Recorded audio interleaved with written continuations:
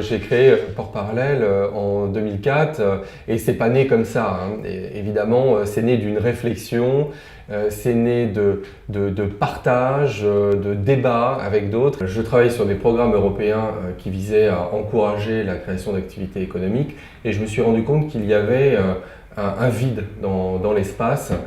C'est-à-dire qu'on accompagnait assez bien les porteurs de projets en amont et puis au fond, on les laissait un peu livrer à eux-mêmes.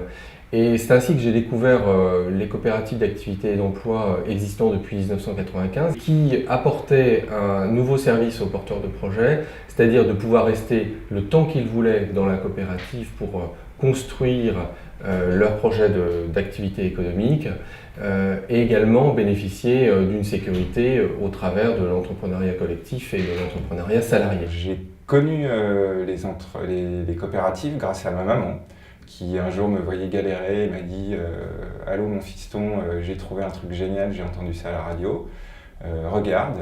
Et j'ai regardé le statut, ça m'a plu très vite et j'ai appelé dans la demi-heure, j'avais un rendez-vous 3 jours après et c'était parti. Ça m'a aidé dans mon activité à l'asseoir, dans le sens, enfin mes activités à les asseoir, dans le sens où j'ai pas fait de commercial, j'ai pas fait de stratégie, j'ai tout appris sur le tas, donc ça demande énormément de travail.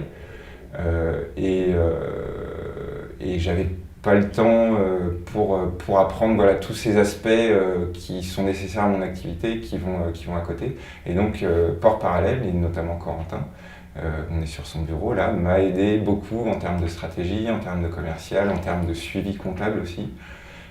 Et ça a aidé mon activité à se développer tout simplement.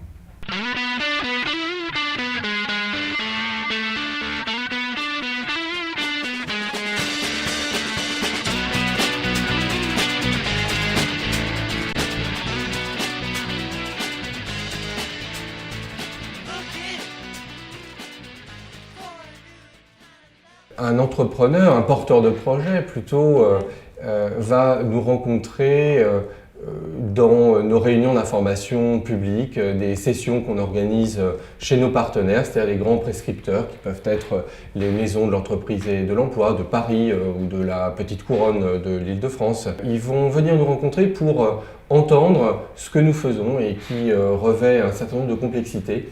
Et choisir son cadre juridique pour entreprendre, c'est quand même un acte fort, hein, c'est un acte qui engage et il est important que les porteurs de projet aient une information la plus complète possible. Alors moi je suis journaliste et j'ai monté donc une agence de concept et de contenu éditorial avec un associé, un autre journaliste avec qui je travaillais depuis assez longtemps. On avait envie de mutualiser notre expérience, nos compétences pour aller sur voilà, des terrains qu'on aimait bien, proposer des hors-séries, des suppléments pour la presse. Donc on est prestataire pour la presse. Et puis pour produire tout ça, il fallait qu'on se trouve une structure juridique pour exercer donc, cette activité. On a été voir, d'abord on a réfléchi à la question de la SARL comme tout le monde je pense au début. Et puis c'était compliqué, ça prenait du temps à monter finalement la structure et ce qui nous intéressait c'était tout de suite exercer notre activité. Nous ne faisons pas de sélection sur la qualité économique entre guillemets des porteurs de projets. C'est la différence avec le portage salarial qui lui n'anime pas une mission d'intérêt général. Donc dans cette mission de service public, on accueille tout le monde. Les entreprises sont très diverses parce que Port Parallèle est une coopérative qui est multisectorielle, mais qui a aussi fait le choix de se structurer autour de 2 pôles de compétences. L'un qui est dédié à l'économie numérique, c'est-à-dire aux technologies de l'information et de la communication au sens très large, et un autre au développement durable. Lui s'est constitué plutôt sur la demande de nouveaux porteurs de projets, de tous âges d'ailleurs, qui voulaient mettre davantage de sens dans leur création d'activités économiques, qui pouvaient développer des activités en mode éthique, équitable, ou développer des activités de service autour du développement durable ou du conseil sur le développement durable, et tout simplement des entrepreneurs qui ne créaient pas forcément dans ces domaines-là, mais qui voulaient injecter notamment de la RSE dans leur façon d'entreprendre, dans leur manière de se comporter sur le marché.